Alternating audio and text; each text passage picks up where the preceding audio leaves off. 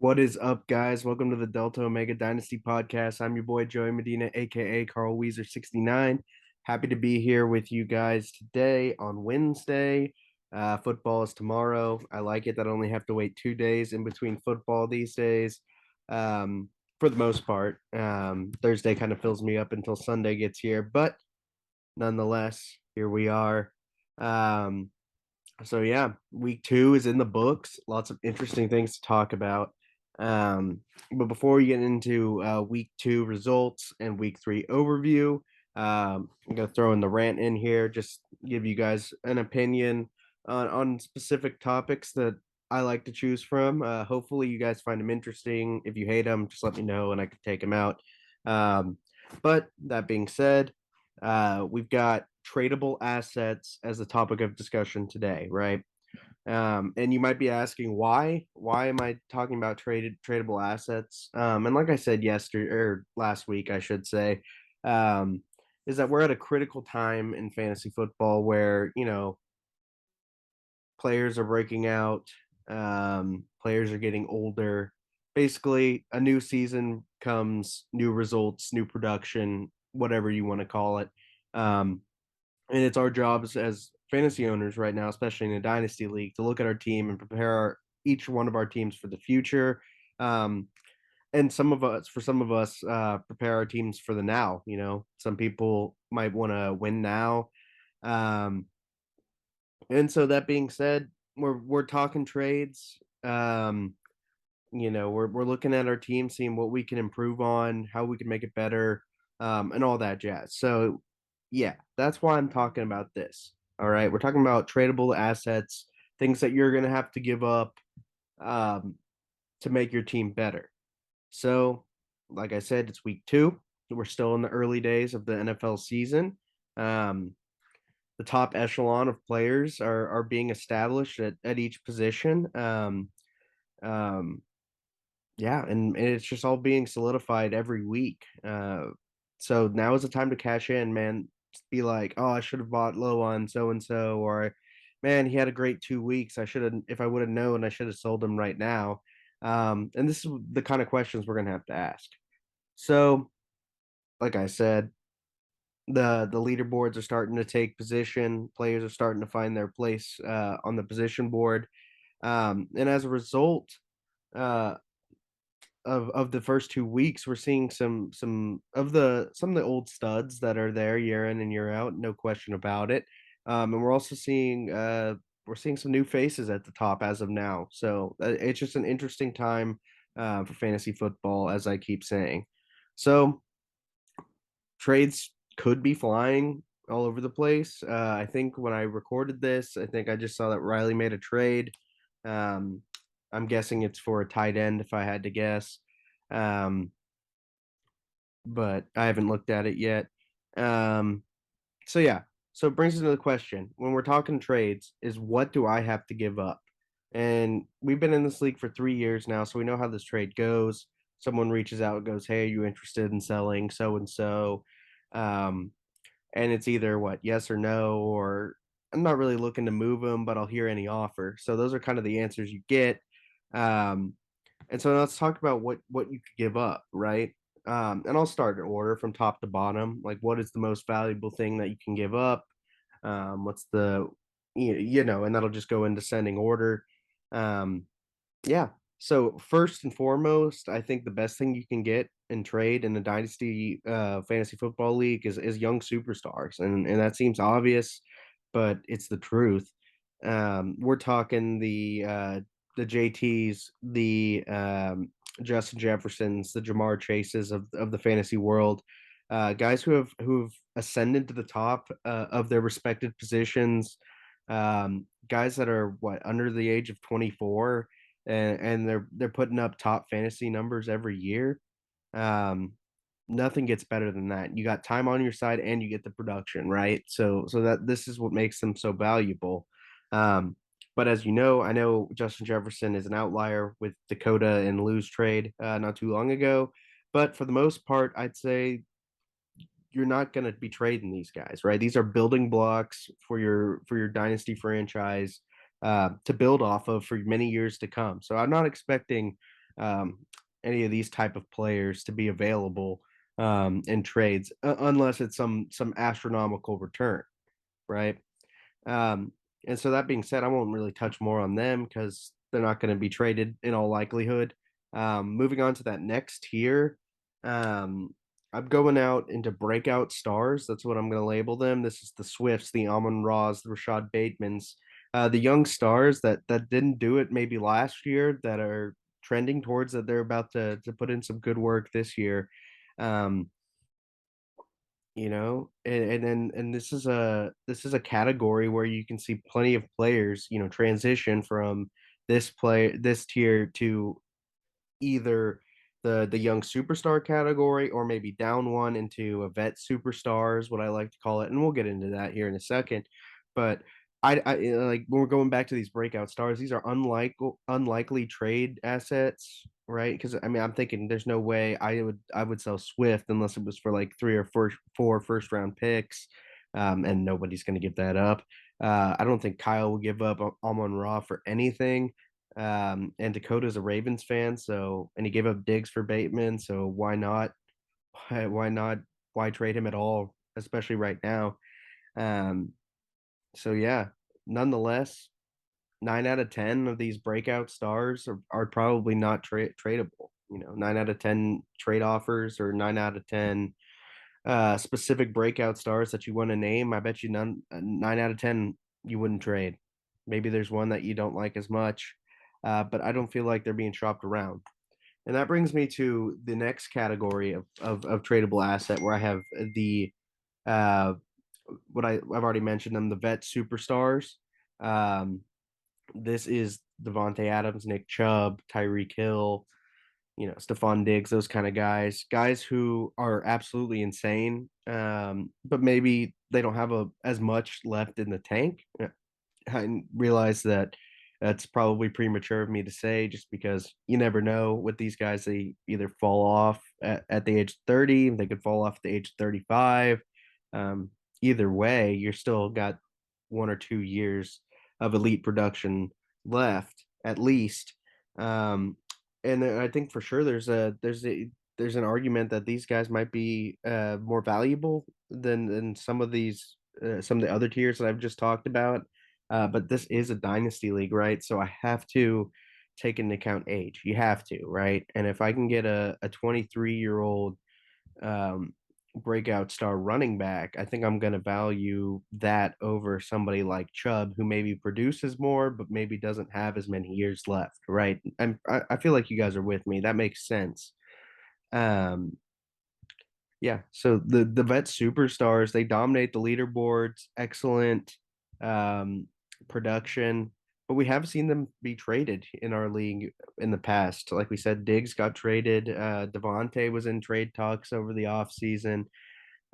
I can't imagine Chubb was on the market that long, but I'm sure he was on the market for a bit. I think he was on the trade block for Jansen. Um, yeah, so I don't know. I think when I look at these vet superstars, if you're going to pay out the right price, and I get it, every player's different. Some are better than others, but if you can conjure up the right price, you can make a deal for them in this league, and that's a fact. Next here is where it gets tricky, right? Um, and I'll throw a hypothetical out here. If I were to pull the league, I would imagine I'd get a myriad of answers. Um, to the question I'm about to ask you guys, right, is what is next on the pecking order, right? And before you hastily answer that in your brain, um, or take it to the chat or whatever, I have three or so options of different groups of players that I think could fall into this next most valuable category. And it just depends what your opinions are.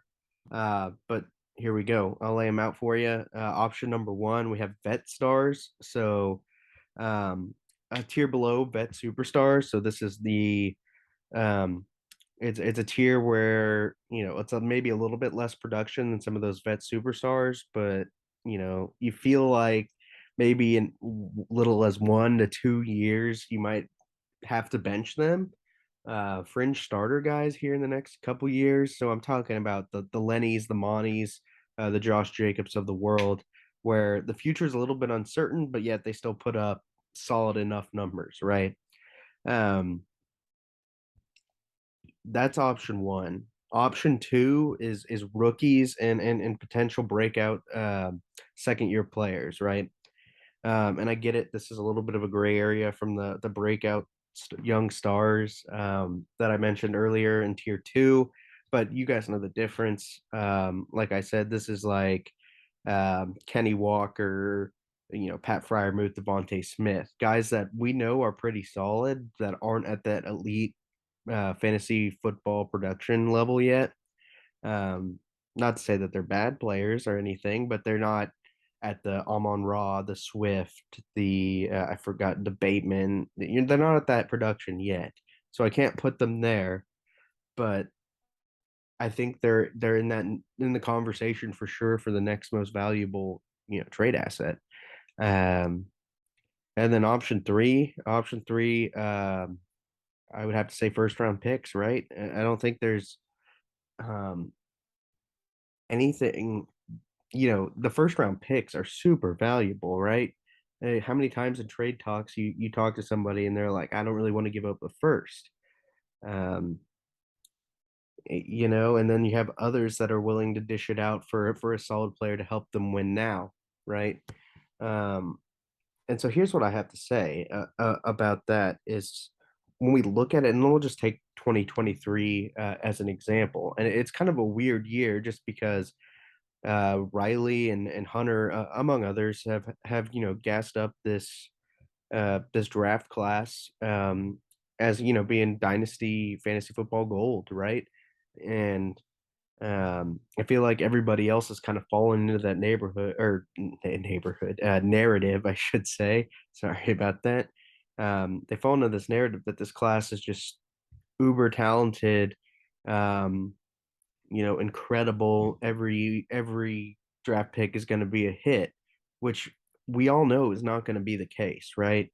And so when you have to look at first round values, especially, um, we've got to be careful with this 2023 just because people have been saying it's so good.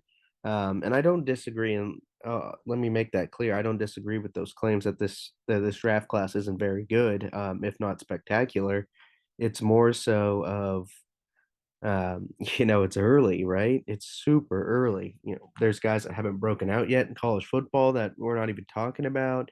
There's guys that we have been talking about that maybe aren't doing so hot. It's just hard to tell right now. If you want to bet on it, go for it. Like, I'm not going to stop you, but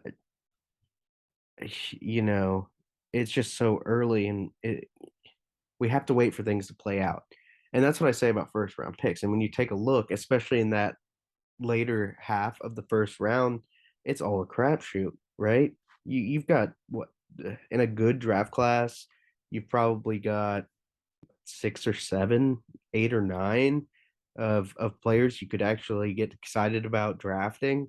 Um, and then when I look at if you're one of those good teams, maybe middle of the pack, top two thirds of the team, why not dish out a 2023 first for a good player to help you win now, to help you set yourself up better for the future? Um, because you never know with rookies, it takes time. It takes time for them to integrate, um, to be productive, and then to be elite. There's definitely outliers that are just elite from day one, but how many of those guys are you think are going to be in this 2023 draft class? I'm also just curious to see who do you know in that 2023 draft class, right? We know Bijan. Everybody knows Bijan. Maybe Tank Bigsby. Who else? Jackson Smith and Jigba. Like, who else are you guys looking at? And if you're not Liam or Hunter, like, you're not going to get Bijan, right?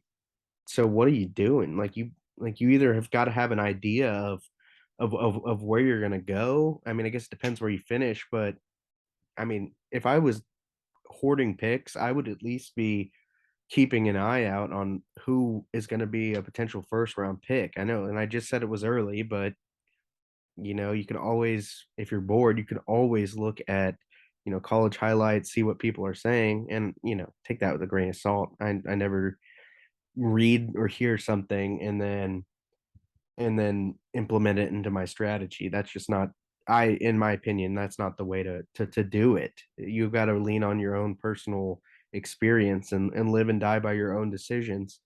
But like I said, that's enough on 2023. And we move on to 2024 and 2025, which I'm seeing being traded these days is, you know, respectfully, like they could be great, they could not be. It's just we don't know. Like we're not draft experts or draft analysts. So I mean, you guys will surprise me if you've told me that you've done a deep dive on the 2024 2025 class yet, because it's just so early. Um, and I'll try to refrain from talking about them because I just don't know. I don't know anyone that is going to be eligible off the top of my head right now, in those classes. So like I'm just trying to put this value into perspective, right? I just can't, you know, if you believe it and by the time it gets there you're like, man, I'm glad I kept this pick, then that's good. But at the same time, if you want to win, this might be your best possible way to get some good players, is throwing in some firsts. um and what, 40% of them lose most of their value by December. It's just interesting to think about, right? And I feel like first round picks are such a, luxury to have, at least from the opinions of a lot of people that I've traded with, is that first round picks are huge when it comes into making deals, right? Um, I'm not against first round picks. I'd love to have some, right? I'd love to get more. It's just they're such a crapshoot, right? Um, so yeah, like I can rant about first round picks all day. I probably just spewed a bunch of nonsense, but those are my three options. You got the vet stars, you got the rookies and second year potential breakouts, and then you've got first round picks. And if I'm thinking about it, what if I'm making a pecking order of who I want? Granted, it depends on the player, right? You like players more than others, but I really can't decide and which one's the best out of the three, or at least how to rank them one through three. So if you guys feel strongly about this, please let me know in the chat and tell me that, I'd rather have a vet star than a rookie breakout, or vice versa, or I'd rather have a first round pick than anything else that I laid out. Um, so yeah, I just touched on that for a bit. But let's move on to second round picks, because we are talking about tradable assets, and nothing is traded more in our league than second round picks. Um, and let's not kid ourselves, right? As far as seconds go, they're nice additional pieces to help get a deal done, right? Multiple seconds maybe gets you a vet star, right? I feel like I'm pretty confident in saying that I would take 2 seconds for, somebody that's not on that vet superstar level, maybe, and maybe it just depends what you want. If you want the picks, if you don't, but if you have enough depth, 2 seconds should be great for a depth piece, right? Um, so yeah, I feel like we all get the gist of second round picks, right? We don't want to include them in the trades. For my trading experiences, second rounders are hard to pry at sometimes. They're usually where deals can maybe fall apart. So it just depends if you're willing to part with them. But I think for the most part, we all get it. We all get second rounds. Second rounders are there to propel a deal to get made, um, or combine them with other marginal assets, and you get a decent player, maybe a role player on your team. All right. And before I go on to what you guys want to hear, which is week 2 and week 3 outlook and results, um, we've got to touch on thirds, right? And this is a subject that I am very passionate about. Um, third round picks, right? Don't get me started with them. You know, third round picks I feel like in our league are used by our owners to act like they're compromising or adding more to a deal, when in reality they're not adding hardly anything or very little value to a deal, right? um I know for a fact, because I'm a proud owner of not one, not two, but 6 third round picks over the next 2 years. um I've gotten roped into this as I make other deals. I ask for thirds in return because nobody cares about them, right? Um, so yeah, miss me with the classic line is I can throw in a third, right? Of course you can throw in a third. You don't care about the third. I, as the recipient of the third, don't really care that much about getting the third. We just have to stop pretending that trading thirds is hard pressed, right? Um, and I get some of you guys are like, I like thirds, like you're just hating. But who are you trying to impress, right? Who are you trying to be that different? Are you trying to be different that much? Just throw that claim around.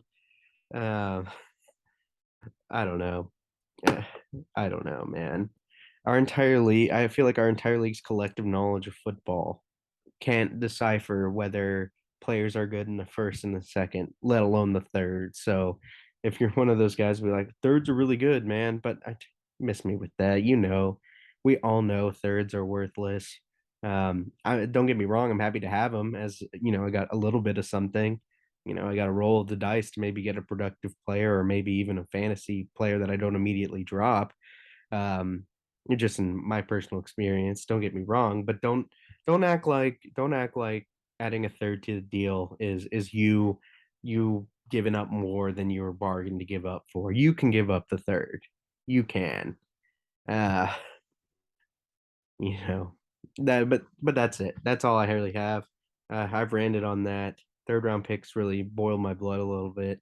Um, so let's just move on to what you guys really want to hear, which is week two results and week three outlook. Um, so we'll just go down, and I went through whatever was loaded up on my sleeper page with the scores. Um, so at first we have Dakota versus me. Dakota wins by 7. Um, a shocker to me, a little bit, until I realized that the Bills were playing Ryan Tannehill, and I knew my goose was cooked. Um, my team underperformed. I didn't deserve to win, so it's probably better that I didn't win. Um, as far as Dakota's team goes, I think the Bills' defense is an absolute weapon. I think we saw this with the Patriots one year where they were putting up 20 points a game or at least 15. Um, that's 2 weeks in a row, 18 and like 20 points that the Bills have put up, right? And this is against the Rams and the Titans, right? The Super Bowl winner and the number one team in the AFC last year. And they're putting up huge numbers. And I get it, they're different. It's a new year, but still, I'm thinking that Dakota's Dakota's playoff chances are way better with the Bills defense on his starting lineup, I should say. Um, and I think that defense will help him sneak into the playoffs. I'm ready to say that, and I'm not just saying that because he beat me, but I'm thinking he didn't have a great week. I think Rashad Penny and James Conner and Marquise Brown all put up under 10 points, and he still came away with the win. Um, so yeah, well done by Dakota. Not so well done by myself. Um, Next up, Riley and Kyle. Kyle wins by 30, and that is surprising. Not surprising about his players, but I didn't expect that when I was making predictions last week. Um, my initial reaction was Riley couldn't catch a break, right? Two back-to-back weeks of going up against the highest scorer. Riley, I believe, is third in points forward right now. I might be wrong, but that's just one going off memory. And he's 0 and 2 and um, in the standings. So yeah, he can't catch a break. But I'm assuming whatever tight end I still haven't checked that he probably traded for probably helps. And of course, if we didn't trade for a tight end, I'm just looking like an idiot. So um, what will Riley do? Well, I expect him to be fine. It's just 0 and 2 isn't fun right now. And then my next takeaway from this game was, can Kyle produce like that all season, right? Uh, 60 plus points from his receivers. Clyde has been decent enough, 12 points, um, 12, 13 points a game. Who else does he have? Michael Thomas is looking good. This is a team that's got some depth, and can explode now that we've seen it. So the question is, can he sustain it? Can he put some more wins together? Is he going to be an upper echelon team, or is he going to be a team that's going to be fighting for the playoffs? Right, that remains to be seen. Um, I know that it is still early, so I'm not going to make any assumptions. Even though I just said that Dakota's Bills defense might squeak him into the playoffs, but for now, I'm leaning towards Kyle being up there. A top 3 or 4 team this year, if not better. But we'll have to see. We'll have to see. Next up is Irv versus Jansen. This was my game of the week last week, and it really didn't live up to the hype. It was close-ish, but they both scored under 90, which is not good from 2 teams that I had. Um, I think at 2 and 3 or 3 and 4 or 3 and 5 or 4 and 5. 2 top 5 teams that I've had in the preseason. Um, Jansen wins by 9. I mean, that does that feel good for him? Like he's 2-0, but I don't know. I think he's like 7th in points forward right now, which isn't very good. Um, and then my final takeaway is it's time. Is it time to panic on Irv? I am gonna lean on no, because I think that the Bengals can bounce back this week. I think they have an easy opponent. I think it's like the Jets. I'm thinking they can figure it out. Thinking Irv can go back and put up over 100 again, um, and hopefully string together some wins for him. So I'm not hitting the panic button on Irv yet, but I am going to monitor that situation very closely in the coming weeks. Um, so yeah, we'll do that. Moving on to Liam versus Max. Max won by 35 points. Um, he won a little bit more than I expected. I don't know. I can't remember if I said he was going to cover last week or not. Um, but a really good performance by Aaron Jones this week really propels him over Liam. Um, Another takeaway for Liam is I've got um, I need him to stay the course. I don't need him to stay the course, but I'm just saying, my advice to him is to stay the course. You're not doing any damage this year. You might not do any damage next year, but just keep doing you, keep getting young guys, keep getting good assets, and then build through the draft. Um, just stay the course. That's the best thing he can do right now. And then my last takeaway I have is Aaron Jones so high. And I mentioned that he had a huge game um, for Max this week. Can't imagine that anyone would shell out the house for Aaron Jones, but I can guarantee you there's some middle of the road teams that are maybe one running back away that wouldn't mind rolling the dice on him. Um, and for Max, at this point, get some assets while you can. You know, get some assets for Aaron Jones before you have to drop him for free. Moving on, we've got Trev versus Lou. This was the actual game of the week. Ultimate butt clincher going into Monday night. Very unfortunate for Lou to lose. And Trev won by 3. Um, I'm trying to put my head around in perspective for both these teams. Is if I'm Trevor, I've got an older roster. My running backs are, they're not lighting it up, right? Um, Not really lighting it up that much. I can't remember how well Debo did, but I don't think it was that bad. He's not hitting that threshold that he hit last year yet. Um, Trev is going to be. It'll depend on the rest of the season for him, but it'll be interesting to see if he decides to shake things up in there. It could go either way. It's either dish assets out and get some picks, or dish out some picks to get some more assets. So that'll be Trevor's a team I'm looking at for the rest of the year, watching to see what he'll do in terms of the direction of his team. Um, and on the flip side for Lou, I'm looking at. I can imagine that he's probably looking for people to trade with, um, for something, maybe running backs because they're hurt, um, maybe getting rid of one of his receivers. What is his direction, right? Is he gonna I mean, he's got a few picks, not a whole lot, but is he gonna push things into the table, push all of his chips in the table, I should say, and go for it? Maybe use one of his extra wideouts to get a better player, um, maybe a better running back, possibly, to put on his team. Um, or will he just wait till next year, right? I mean, there's no shame in that, especially with Deshaun Watson coming in, and he's not suspended for the year, so he'll knock all that rust off come week 13, um, and on and beyond, right? So it'll be that's both of these teams, I should say, now that I'll be watching to see what is the direction that they want to go into. Um, and with that, we'll move on to the final matchup of the week, which was Tommy versus Hunter. Tommy wins by a lucky 5. Um, very fortunate to play Hunter this week. No disrespect to Hunter, it's just the talent level right now favors Tommy a little bit more, especially with Josh Allen. Um, but he squeaks out a win, and he's 2-0, so I can't complain. He's better off than me today. Um, Another takeaway is Drake London. London is definitely calling for Hunter. And like I said before, it's got to be just nice for Hunter to just watch his players go and get reps and make plays, without the pressure of trying to win every week.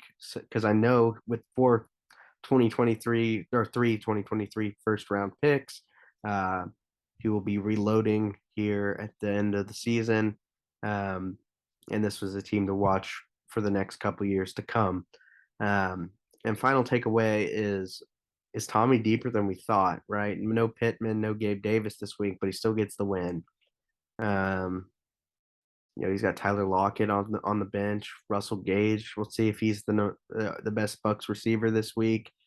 Um, he's a lot deeper than I initially projected, and I don't know if that's just luck, if that's just my negligence or what, but hats off to him. He's got a deeper team than I would have imagined. Um, so that being said, we went through week 2, right? Once again, we are 3-3 on predictions, which brings the total to 6-6. That feels yucky. Um, Makes me question why you guys want me to podcast some more. Do you really want my opinions now if I can't even predict these matchups right? But yeah, 6-6. It could be worse. It could be like 2-10 or something like that. But it definitely could be better, and there's room for improvement. Um, so yeah, 6-6. We'll move on to week 3, and hopefully we can do a little bit better next week. Um, so yeah, like I said, week 3, here we go. First matchup, myself versus Trevor. I'm a 13-point favorite. Um, when I think about this game, and I was looking at the starting lineups, um, I'm thinking Trevor will cover. I think 13 points is a lot, especially with my team coming off a bad week. We'll see how much they bounce back. I'm pretty sure I projected both of us for 12-2, and one of us is going to be getting our second loss of the year this week. So it's not officially dead, but it's not looking good for the 12-2 projections for us. Um, I truly think this game is up for grabs, as most of them are, but um, I think if my team can hit their projection, all of them hitting their projected points, I think it's over. I think I win if my team doesn't throw up any duds. I know that sounds pretty obvious, but I don't need anyone to be huge this week. I don't think, as long as they just do their job, I think I can win this game. But I might pick Trevor. Um, I might pick Trevor just so I can jinx him, but I've got to stay objective, um, and set my personal bias aside. Um, I said Trevor will cover. Do I think I bounce back enough for a win? You know what? I'll bet on it. If I'm wrong, I'm wrong, but I'll give myself the win there. Sorry, I had to talk that one out a little bit. Moving on to the next matchup, we have Riley versus Max. Riley is an 11-point favorite. I expect Riley to cover and to win, obviously. Um, Finally, he faces an opponent that, in all likelihood, not going to put anything past Max, but I would imagine that Max is probably at least ninth or eighth or ninth on bets, whether he's the top scorer in terms of the best odds. Um, so I don't think he's going to be top scorer, but I think Riley should get the win. I think Riley's got too much firepower, and I really should check that trade to see who we got. Um, but I'll save it for later. Um, but I think even then, I think Riley will overmatch him, and I think he'll get the win here and get his first win of the year, a very much deserved win, um, as he has more points forwarded than a lot of teams that are in the upper echelon right now. Maybe even I think he has better points forward. I know for sure he's got better points forward than Jansen, who's 2-0. But other than that, I don't really remember off the top of my head. Moving on to Irv versus Tommy. Irv is a 5-point favorite. Um, I'm gonna go out on a limb. Irv has been two of my. I think he won the first one, week one, but Irv, I'm gonna still rock with him because I think the Bengals against the Jets. I'm thinking the Bengals can figure it out. So I'm gonna have Irv to cover. Um, yeah, I'll have him Irv to cover and a win, obviously. I can already see Tommy's messages on Sunday or Monday being like, "Oh, you thought Irv was gonna win," um, blah blah blah. My team's too good, blah blah blah, and that's fine. That's fine. Um, if the Bengals can't figure it out, I might be panicking on Irv, but I'm sticking with it. I'm sticking with it. I'm not gonna abandon ship yet. Um, I think Irv covers barely, but still wins. Obviously, still wins because he's a favorite. Next matchup, Kyle versus Liam. Kyle's a 10-point favorite. Have to pick Kyle to cover after that week, and he's playing Liam. So, not that Liam's team is not capable of putting up points, but I think um, they're more susceptible to not hitting their projections, just because they're young players. They're players that are maybe second or third options on an offense. So that's why I feel pretty confident in Kyle covering. Um, if he covers and wins, which is pretty likely, Kyle's 3-0. He's looking good. Not looking forward to confident Kyle in the chat again. But what can I say? He deserves to rub it in our face after I think both me and Riley, and I guess Tommy kept him out of the top five again in his polls, which I've enjoyed. Maybe he'll rub it in and finally get his respect on the power rankings. Um, Speaking of which, I'm not going to release my power rankings until a little bit. Give it a little bit more time, as I kind of did a preseason power rankings. Maybe halfway through, we'll see how bad my projections look, and that'll be funny. Um, so yeah, Kyle 3-0 over Liam. Expect him to cover by over 10 points. Um, Next matchup, Lou versus Hunter. Lou's a 9-point favorite. Um, this is tough. In terms of who's going to cover, do I like Hunter +9 or do I like Lewis -9? I'm gonna go with Lou -9. And I had that originally in my notes to talk about that I was gonna pick Lou to cover, but now I'm sitting here and I'm thinking that you know Lou put up more point. Lou would have covered this last week, right? And he still kind of had a bad week. Not a bad week, but not to where he would probably want it. Um, Hunter could have if Javante plays well and Drake London keeps it up, he definitely could cover. But I think I'll bet on Lou covering. I've got faith in his roster and Jefferson coming back and having a big game. Um, and last but not least, we have um, Jansen versus Dakota. Um, this is my game of the week this week. Um, this week three matchup, there's some good ones, but there's nothing huge yet. Like Irv versus Jansen was bigger in my opinion. But unfortunate for Irv, he didn't really uh, live up to it because of the Bengals, their woes.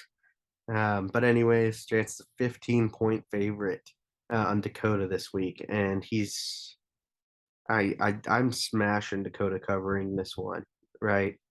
Not just because he beat me, all right. Not just because of that. It's because Jansen has only put up, I want to say like 170 points, 180 at tops, over 2 games. Um, I can't remember what Dakota has off the top of my head, but I would imagine that I think Dakota can cover 15 from a guy that's put up 90 points both weeks, right? So I would put him at 75. I don't know. I'm sure the projections are um I'm sure the projections are much higher, and I'm just kind of talking, not making much sense. But be that as it may, I think expect Dakota to cover. Um, the only way Dakota wins, I think, is if Kamara plays and the Ravens pop off. Um, it kills me because I think this is a winnable game for Dakota. I just don't see it though. I He had 103 points last week. He could do it again. Don't get me wrong. And I'm kind of thinking on the fly while I talk about these. Um, and Jansen is still seventh in points forwarded. So this one could go in a different way, a lot of different ways. All right, so I'll stick with it. All right, I predict Dakota to cover, Jansen to win, but I don't think Jansen will be undefeated for that many more weeks. That's just what I think. So to recap, we have me, Riley, Irv, Kyle, Lewis, Jansen winning this week. Shooting for 5-1. Would love 4-2. I just want to be over 500 in my projections and predictions. Uh, another 3-3. I guess it's better than 2-4, or 1-5. But let's just hope for the best because I really want to do well, or not well, but I want to be better than what I am right now in terms of predicting. So maybe I have to do a little bit more research, and I'm sure as the weeks go on, it'll be easier to predict. So yeah, that's about all I have. Um, so this time, I think last week we released on Tuesday. This week we did on Wednesday. Like I said, it just depends whenever I can get to it and record one of these. So yeah, thanks for watching. Hope you guys enjoyed it. Bring it to the chat. I am a bum and I need some things to type back at. So hit the chat. Tell me I'm wrong. Tell me I'm right. Whatever you want to do. Let's get that chat going because I love it when when the chat's popping. So yeah, thanks for watching. I'll see y'all next week.